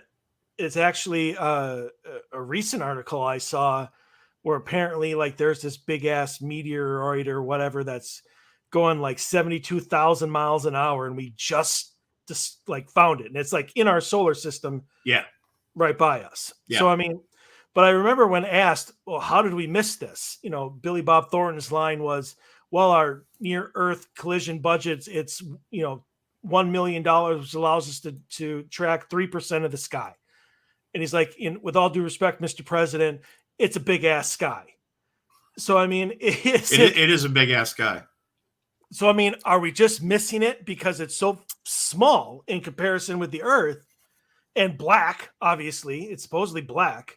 So that's why they call it the Black Knight, right? Well, exactly. So are we just missing it? Is it blending into its background so much so that we're just missing it? Boy, you know what? I don't know, but I'm telling you what, like people, anybody who's listening that are like, what are these guys talking about? That like, and you're with us. Like, this is the first time you're hearing it. Take a look online and look at some of the photos. Go to like NASA's website, because they're on NASA's site. Go to places like, but reputable websites, I guess is what I'm saying. And take a look at the actual photographs. That there's more than one that have been caught of what they think that this is what they're referring to as the Black Knight. They're interesting. They're not a camera glitch. There is something there with size to it. My thought, I'm going to stick with my original thought. If it is alien technology, then, and if our government is in some sort of treaty, cahoots, we could use that word. but some sort of treaty where, and supposedly this happened, where we signed a treaty with an alien race that said that they would supply us with technology and advancements to only the U.S. as opposed to going to Russia or going to China, that they would give it strictly to us in exchange for the ability to take a certain percentage of people from the population whenever they wanted to experiment on them. Now, I know that sounds like a wild ass thing, but I'm telling you what, there's a whole lot of documentation in the Freedom of Information Act that are official documents, even though they're redacted. Something is happening there to that effect. There's something there. Whether that is exactly what it says, we're never going to know, because the people who were involved in it are all dead. But could it be something like that? Sure. Do you think that it's an alien mobile clinic? No. Oh. It's not a Death Star. It's not a mobile clinic. I think it's an observation post. I think just like we have the International Space Station where we orbit and we look for stuff while we're up there, and we do experiments. Can we grow corn in outer space, right? I mean, they're doing tons of stuff up there, like trying to see what works and what doesn't work in zero gravity. How can we live in outer space? That's really what they're doing, for the most part. I'm sure they're doing some other shit that is never going to make the light of day too. But maybe that's what this object is from this alien race. Maybe it's an observational type of platform. Maybe they're watching us at times, but maybe they're also checking out our atmosphere, checking out our gravitational fields, checking out whatever they're looking for to see if there's compatibility with maybe them coexisting with us on planet Earth instead of taking it over. I would rather have that happen. I don't want to be death rayed necessarily. I would rather coexist. Can I ask you just really quick? Yeah. I'm falling back into my wall about bricks. Sorry. No, that was my question. But right. Why is it that you not necessarily want to be death rated? I figured you'd pick up on that. I don't want to be death rate. End of sentence. But when you're like, I don't want to be death rate, necessarily. Yeah. I don't know, because if there's an attack, right? Like the best, and you have zero chance of survival, the best thing to happen is to just get vaporized right away and get out of the fight. That's just, it's painless. It's instantaneous. Just get me out of the way. Put your boot in my dust pile, whatever, as you're stepping over me. I don't give a shit. If we have zero opportunity to fight back, because who knows? I'm just not feeling that my 12 gauge is going to stop, somebody who lands in a spaceship that traveled from 4.5 million light years away, with a weapon that, could pretty much just vaporize a town in, a millisecond. I don't know how you fight that. And it's certainly anything that I possess, I'm not going to be able to fight it. So I would rather coexist. That's fair. Yeah. I'd be more than happy to share stories. I think that'd be great. I would how cool would it be if you walked in somewhere down the road here? Like we walk into the bar to go get a burger, or it's like fish fry night on Friday, and we walk in to our fish fry place and there's 12 different alien races in there for fish fry night. And nobody's hostile, right? And somehow through some type of communicators, they can understand us and we can understand them. I know I'm leaning towards kind of Star Wars type of thing, but I'm just saying, what if that happened? Would that not be amazing? Would it not be amazing to have people from all over the galaxy sitting at fish fry night and being able to communicate with them and talk about who they are and where they're from and what life is like where they're from, and then tell them about what life is like where we're from and share stories? And I think that would be absolutely amazing. And Now, go ahead. I was say, and what would be the extra amazing is that even all alien races like deep fried cod. Yeah, especially when it's fresh North Atlantic cod. Right. I agree. Because I don't know how the hell you couldn't like that. And if you don't like it, slather it with malt vinegar because that will sell you in a heartbeat. So, question for you as being a Trekkie. Did you see in one of the articles on the Black Knight that Gene Roddenberry said that he was in communication with the Black Knight satellite or Black Knight, whatever the hell it is, and that it gave him inspiration for Star Trek and actually gave him the title to call it Deep Space Nine because at one point he was on the Council of Nine. This is the guy who he was on the Council of Nine, that he was in this secret organization, supposedly that was hand chosen to communicate with alien life, intelligent life forms, where they would obviously it wasn't as simplistic as going to Fish Fry Night and everybody from all these different planets just sitting around shooting the shit, eating cod. But he was on this Council of Nine, and it was a title that he was invited to, this group of nine, and that's actually where he came up with the Deep Space Nine name as he continued Star Trek. I did not know that. Yeah, I found that to be interesting, and that was from a legitimate source, that's not like from the Sun or something. Sorry, Sun. I mean, I know you got some good stories, but there's a whole lot in there you got to throw away. But sorry. But anyway, yeah. So I found that very interesting. So again, as we have talked about millions of times on the show, again, was Gene Roddenberry somehow contacted by an alien life form and given the seed to create Star Trek? Could be. Right? I mean, at the time, and you know this as well as I, at the time when Star Trek came out, it was earth-shattering, groundbreaking stuff. I mean, because everybody was interested in the space race. Everybody was excited about what was going to be out there. But he took that shit to a whole new level.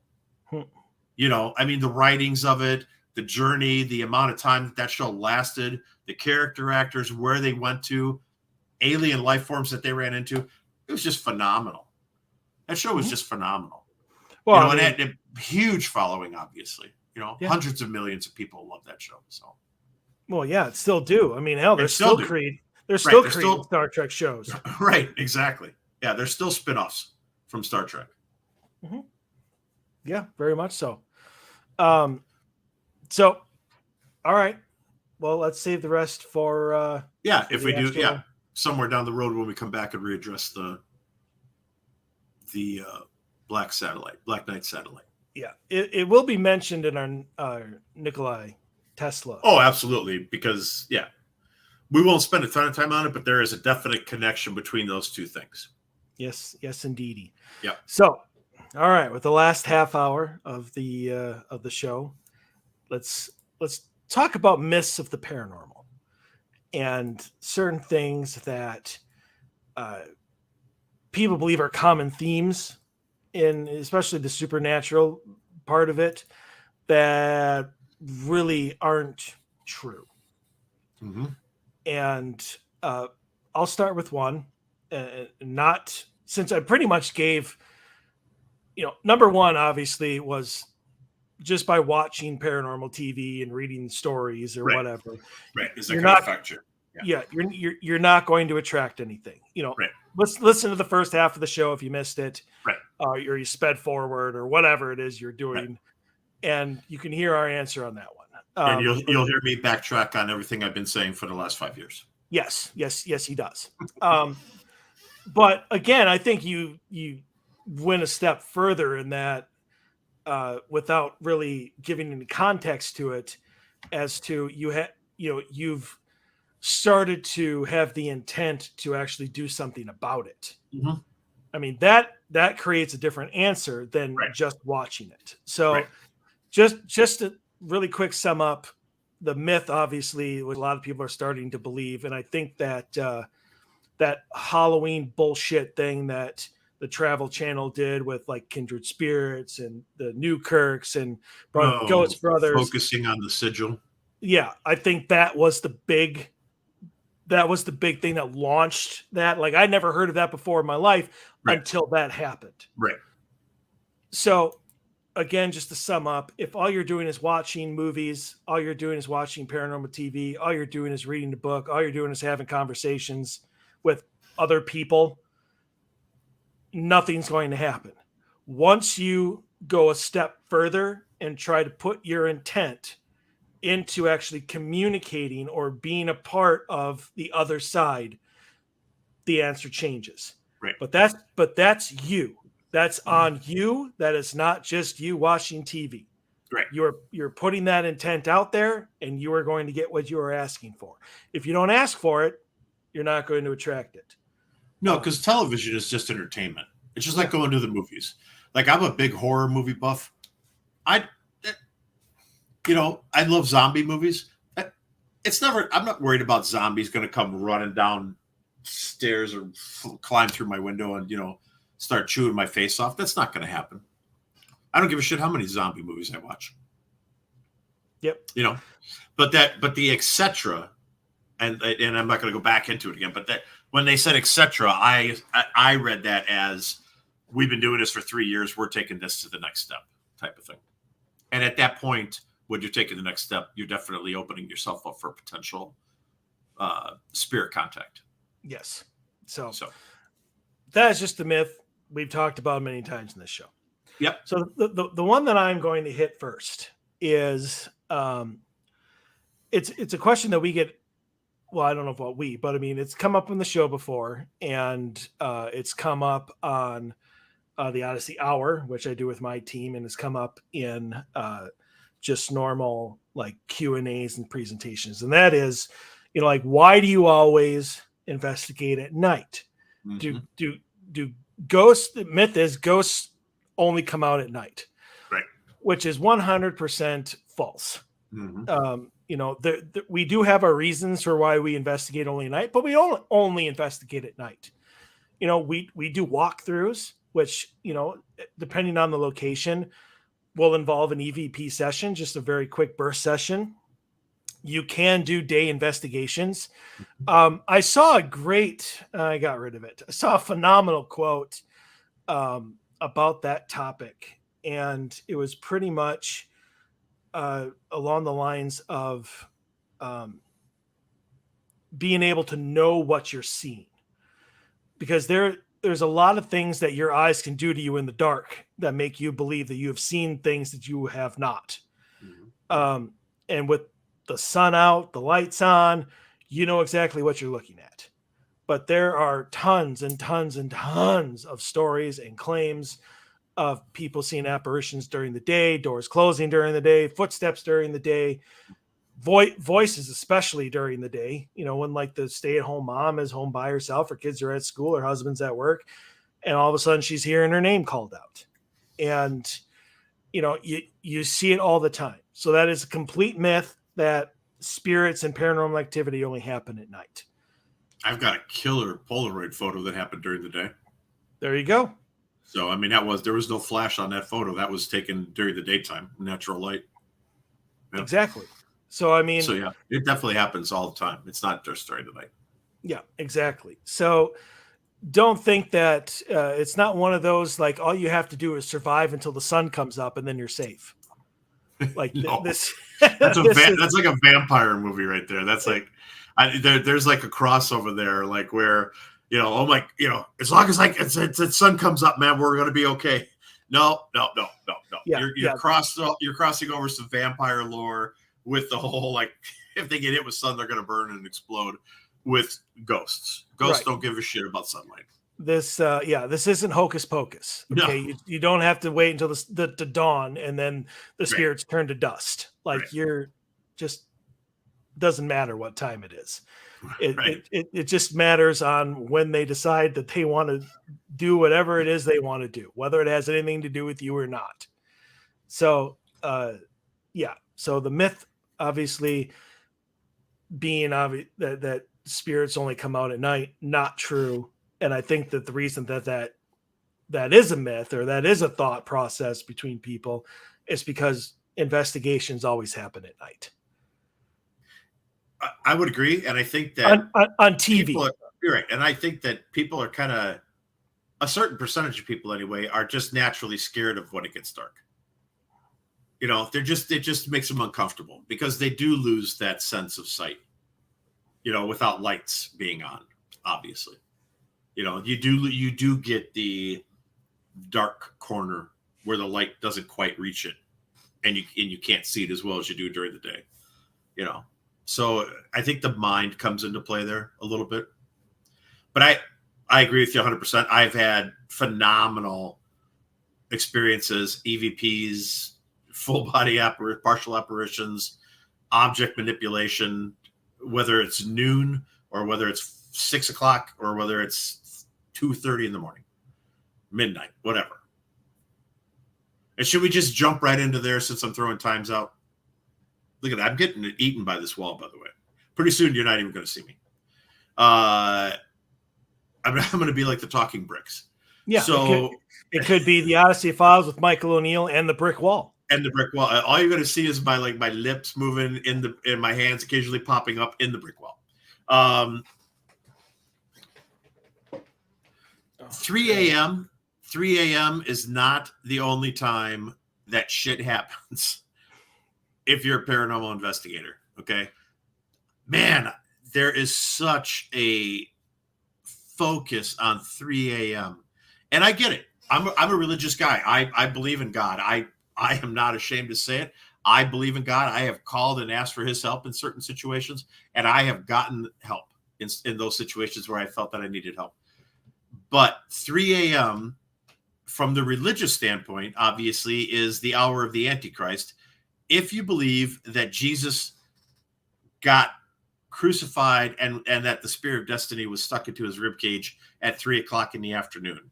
So 3 a.m. became this, I'm going to say, this like anti-hour, the antithesis of Jesus Christ's death on the cross. And so all of a sudden it got associated with Satan. And I'm not really sure how. I have read an absolute ton of stuff on this, researched it. I really don't. For me, I don't find a clear path on how 3 o'clock in the afternoon to 3 a.m. became demonic. But somewhere, obviously, somebody promoted that idea, that concept. And while they promoted that idea, it must have been during a session where there were a lot of influential people and a lot of easily influenced receivers, because it took off like wildfire. And even now, I have people say, like I've heard people say, and recently I've heard this, that there's no reason to even start investigating before midnight because nothing's going to happen. Nothing's going to happen before midnight because you got to wait till midnight, and then you got to get into the witching hour. So midnight to 3 is the only time you should even bother investigating, because other than that, nothing's going to happen. And I'm confused as to who is still proposing that and who is still throwing that out there, or if it's just an old idea that for some reason just keeps resurfacing because people keep bringing it back to life. And I think that's probably what's happening. Because honestly, I have not seen anybody lately, anyway, that has been like, yeah, 3 a.m., boy, that's the time to be out there if you want to get into some demonic activity. Why would you want to go out at 3 a.m. anyway then? Unless you're a freaking idiot. Your ass should be out of there at 2:30. Because if 3 a.m. was the demonic hour, what the hell are you doing there? And I'll just leave it there. I'm not even going to go on a rant because I can't right now. I think the big proponent of the 3 a.m. Witching hour and why it became so popular, I think, came from Paranormal State, because they always did dead time. And I think that most of the time, not always, but most of the time, it was 3 a.m. when they did it. That could be. I remember dead time. I don't remember it being 3 a.m. They didn't always do it. There was time they did it at 11. There's times they did it at like 1. But Yeah. there were a few episodes, and I think maybe even like the first time that they called it dead time. Yeah. I think that they put on the bottom there like 3. That it was like 3 in the morning. Okay. Yeah. I could see that. So any fans of Paranormal State obviously would have picked up on that then. Yeah. You know, but it has to be for more than that because it's still such a popular concept out there. You know, I mean, it's a myth. So we're just I'm going on record. It is not 3 a.m. There is nothing special happening at 3 a.m. That's not going to happen at 11 a.m. or 5 a.m. or 9 a.m. or 3 p.m.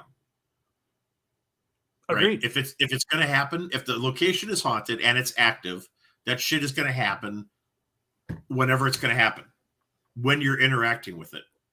If there are spirits there that want to interact with you, they're going to interact with you. Don't even take your damn watch with you. It's just a distraction anyway. You don't need a watch while you're investigating. There's no reason to know what time it is when you're investigating. Unless you're at a public location and they say, hey, you got to be the hell out of here at 3 o'clock or 4 o'clock, then obviously you need to kind of know what time it is. But in a legitimate open, like I'm trying to help a resident type of situation, and they gave you free reign of the house, and we're staying at a hotel room and we'll be back tomorrow afternoon, that you don't have a watch on. Just experience what is happening there and try to help the people that are inviting you into their house. And don't be focused on 3 a.m. because I think that's one of the biggest myths out there. All right. Well, I'm going to stick with the 3 okay. and talk about what. Now, this is not a widely popular myth. I think it's a myth because I don't believe that it's the case. And that is that 3s are the sign of a demonic, a demonic. Sure. Yep. Thing. 3 knocks, right. The 3 scratches, things what that happen in 3s. Yep. Mocking of the Trinity. Exactly. I do not believe in any way, shape, or form that is at all a mocking of the Trinity, or even a sign of a demon. Now, obviously, if it scratches, yes, you could be dealing with the demonic entity. But like 3 knocks, and all of a sudden, you're, oh my God, I had 3 knocks last night. This could be no. I have a very, very, very, very hard time believing that 1 knock is a human spirit, 2 knocks is a human spirit, 3 knocks is demonic, but 4, 5, 6 knocks, human spirits again. But that's just somebody having fun. Yeah. Right. And I obviously, I asked Michelle Belanger this question, because she is the author of the Dictionary of Demons. Yep.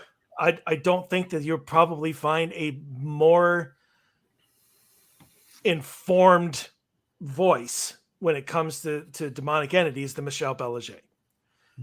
And so if anybody is going to know exactly what the 3 is, or if it is a mocking or whatever, it's going to be her. And she has an Airbnb that you can go to that is haunted in Ohio. Yes. And it's I believe it. Well, anyway, last time I saw it, I thought it was pretty reasonably priced. It's not like $1,000 a night. I thought it was pretty reasonable. And she'll tell you, I mean, she knows who's there, and supposedly. I don't know. Well, anyway, now that we've gotten our sponsored advertisements out of the way, I always like helping people out that are friends of the show that we like. I mean, I love Michelle Belanger. She's fantastic. I agree. She's just a walking encyclopedia of just about everything paranormal. She's very well spoken, very intelligent, good writer. She's the one who I learned how to ground myself from 25 years ago. It was her that I turned to. Nobody even knew who the hell she was, but she had some phenomenal things to say that really stuck with me. And I've been using her techniques for a couple decades at least. So, I mean, just giving her a shout out, letting her know we love her. Right. And hopefully she'll be back on the show here shortly. But yeah, I'd love to see it. So I asked her, what is this? Where did it come from? She said before the Warrens, she had never heard it before period. Mm-hmm. So I honestly think that it's just hype from the Warrens, and it came from the Warrens, so it's going to have weight to it, to the people who want to believe that they are the closest thing to experts that we had in this field. I mean, obviously they're both now passed away, right? But I don't agree. I don't think it's real. I think 3 knocks is just 3 knocks. I hate to say 3 scratches is just 3 scratches, but I mean, not to diminish it. There we go. Yeah. Not to diminish that claim because it's serious, but it does not automatically, go to the fact that it's a demonic entity.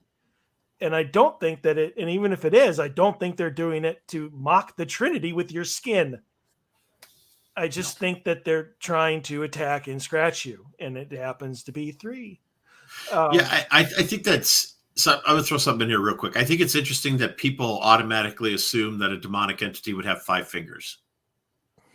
That is awfully human.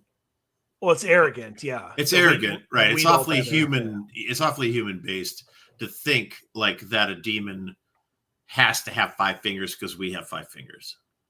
Right. I think it's very possible that a demonic entity only has 3 fingers. And that's why I have seen and know people that have gotten scratched, and I have gotten scratched, and I didn't get scratched by a demon, but I got scratched. But I have seen people that have gotten attacked by demonic entities, and my old partner was one of them years and years ago. And I'm telling you what, his ass was tore up. Scratch marks, bite marks. The most disturbing part of that was the bite marks, different size mouths. Everything from an infant to a orangutan. And, that was what disturbed me visually more than the scratching and blood drawing and stuff. But I think that it's very probable that demonic entities only have like a 3-pronged type of hand. Yeah. And that's why you see 3. That's why you see 3 scratches all the time. Because I've never seen 5 scratches. I'm not saying it doesn't exist, but I've never seen a situation that was dark where shit was going wrong, where somebody came out and be like, "Oh my God, I got scratched," and you lift their shirt up and there's like 7 scratches.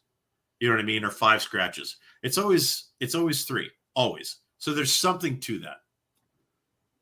Maybe they got scratched by the ghost of a Ninja Turtle.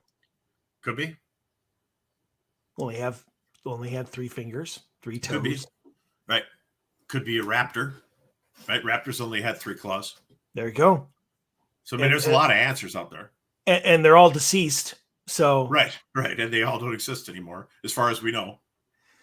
Do you think that raptors could have continued to evolve through death? And now they're like, suit wearing part of the reptilians. Yeah, they've evolved into the reptilian race. Like somehow they hybridized with like an alien life form from outer space, and they became the reptilians. That's right. They could look at me throwing out topics. Could they? Me. Yeah, they could have. I guess. Did they? I'd say it's probably not the case, but could it be? Is there a wee percentage? Yeah, there's a wee percentage. There's a wee percentage for everything, as far as I'm concerned. So there is a quantum universe out there where we are the aliens and the dinosaurs are the indigenous species. Absolutely. Yeah. Going to work with their briefcases in their cars. Right. And we're the one hiding in the woods trying to blend in. Right, exactly. Not get shot for dinner. Yeah. They're talking about the hairless, pale-skinned, entity out in the woods. Right. Yeah. We're not even like getting a proper name. We got some they're just throwing some shit name on us, like we're some sort of like subhuman species. Yeah. They're like a parasite, you can just see the Brontosaurus sitting having tea. There's parasites living in the woods behind my house, It'd be us running around. leave out some offerings. Exactly. See what happens. So leave a couple of marbles or leave a couple of oranges and apples and see if you get like a marble in return, right? Like that one Bigfoot experiment did, where they actually got a freaking marble, which was absolutely incredible that they got that. So, but all right. So give me 1 second here. Let me pull it back up. So I'm going to venture here. Only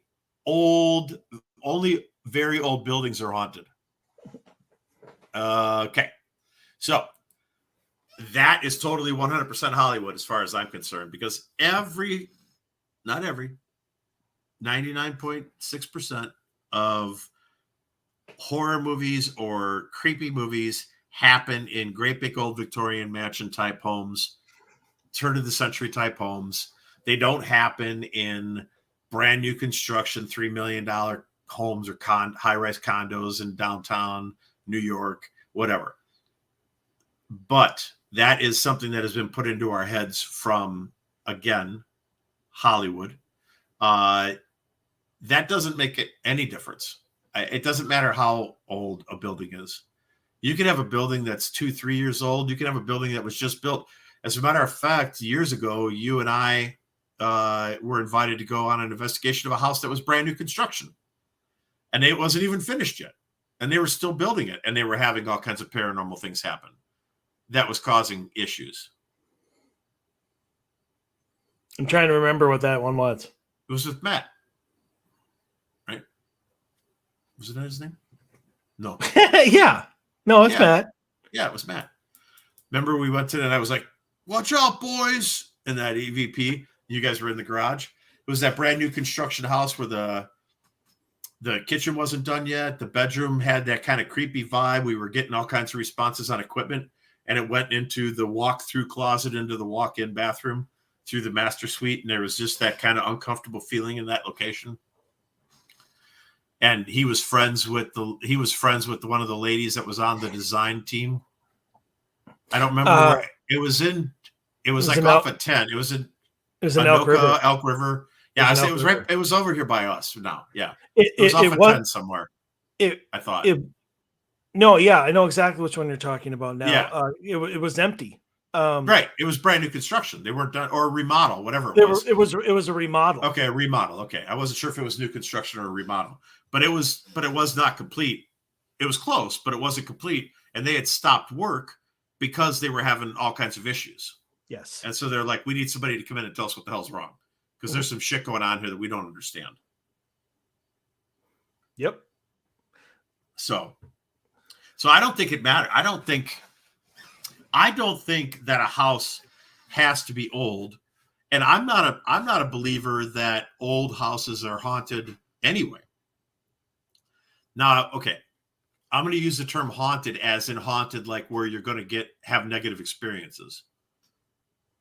It doesn't bother me if another person who maybe lived in that house 150 years ago, if we're talking about like grand old Victorian gingerbread houses, the beautiful ones, if somebody who built that house still wants to be there, I could care less. Fine, be there. Don't push me down the freaking stairs, right? I mean, don't turn the stove on and then leave when nobody's home. Don't do stupid shit. Otherwise, I'm going to have to ask you to get out. But if you want to be there because you love the place, and I bought it because I love the place, and it's 150 years after you passed away, but the house is still there and it's absolutely gorgeous, we're going to share that space together, and we're just going to have to mutually respect one another. But that doesn't, to me, that's not like a haunting. A haunting, to me, the term haunting invokes fear. And I don't know, maybe that's just the way I interpret haunting, and maybe because of all the stuff I experienced growing up in my life. But like, I don't consider a haunting to necessarily, a place to have activity is different to me than a haunted house. The place that has activity is just active. It's just alive. There's just different generations of people there that are still there because they want to be there because they love the place. And in that respect, there's not negative energy. There's positive energy. They're bringing nothing but love and light to the location because they love it so much. you're bringing nothing but love and light to the location because you bought it because it's so damn beautiful. So it should be a happy coexistence and everybody should be along. And down the road, when you pass away, I pass away, in that situation, in that picture I just painted, I might also become part of that memory there. I might stay there too for a while. You know, I mean, I love it that much. Maybe I really wanted to finish off one of the rooms and I didn't get a chance to before I passed. And so I might be drawn to that location because of unfinished business. Like, I really want to see this room get done. So then I become excited for the next purchaser, right? I'm like, oh yeah, look at young couple, a lot of ambition. Woo! You know, finish this room. And then I can leave, right? Then I'm going to head out and go go to my Greek Isle tour and go to Alaska and stuff like I want to do. So, that's not a haunting to me. A haunting is where you can't sleep. You feel scared all the time. You don't want to be in your house. It's just uncomfortable. Somebody's always staring at you. Somebody's always right behind you, watching you from the corner, like you said earlier. It always happens from the corner for whatever reason. Like, nobody's ever sitting at the dining room table giving you the stare of death. It's always happening from a corner, always. So I don't know. I just don't think that necessarily an older home is a haunted home. And I think if you go to older homes looking for it to be like that, you're going to be disappointed. I think it's all over the board with where a location is going to be a haunted location. Right. So here's kind of how I would take that myth. I agree that it does not matter in any way, shape, or form how old the house is, because it doesn't necessarily have anything to do with the house. Right. I think the reason that there are so many stories and so many claims of people who move into older houses have paranormal activity is because they have the most history to them. Right. They have, so there's not a lot of history to the home if it's 5 years old and you're the only one that's ever lived in it. But that doesn't mean that the land doesn't have a shit ton of history to it, which will then, I use this term as a description, infect your home. Right. Not only that, but it doesn't matter what the age of the house is if you have a spirit attached to you. Correct. You may be fine for 2-3 weeks and then it's going to come back because it's going to find you again. Right. Think of it as a rubber band. You can stretch it out so far and then you're going to shoot them right back, right, to you. So you have to understand that there's more to, a haunting. There's more to any activity in a home than just the home. And again, that's what a paranormal team will find you. That's what, a medium will find you, is what kind of a haunting is it? If it's intelligent, if it's a brand new home and you're getting residual, chances are it probably has to do with maybe a former home that was there. Right. And you just happen to put your home on top of where that one was, which is what you see a lot with spirits, walking through walls. I think like old farmland, that they notoriously buy farms and then obviously section them out and build a shitload of homes and make it a development. I think that happens a lot with that. Probably. The proverbial, I saw a guy walk through my door and walk down my hallway and then just disappeared. Well, sure he did, because it was probably the farmer, and that was where his dairy barn was back in the day, and now your house happens to be there. Probably one of my favorite ever episodes of Unsolved Mysteries was about a community development that was built on top of an old Native American burial ground. No, it was a black cemetery. Oh, okay. The thing was the Black Hope curse, right?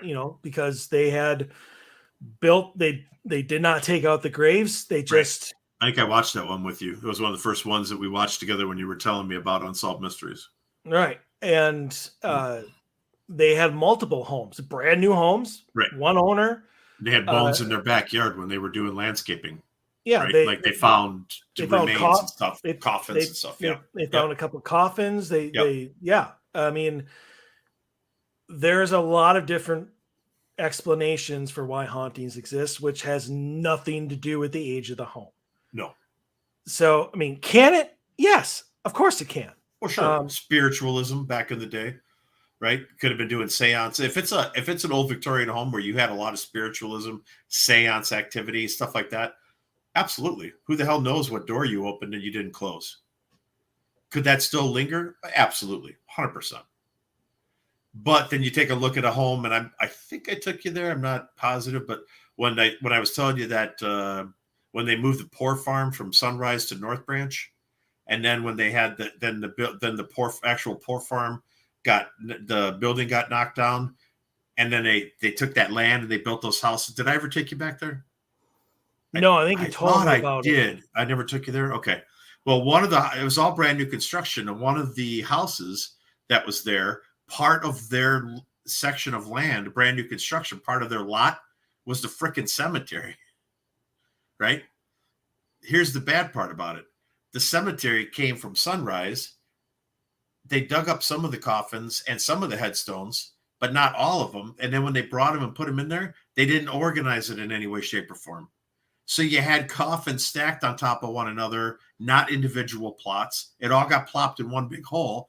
Then they spread the headstones out. So there's no matching respect given to the remains with recognition of a headstone with a name on it. And that's right on somebody's property. I'm going to go out on a limb here, and I'm going to say that house has a shitload of paranormal activity happening because of disgruntled spirits, where he's literally, he could see while he's drinking coffee in the morning looking out his kitchen window. It was that damn close.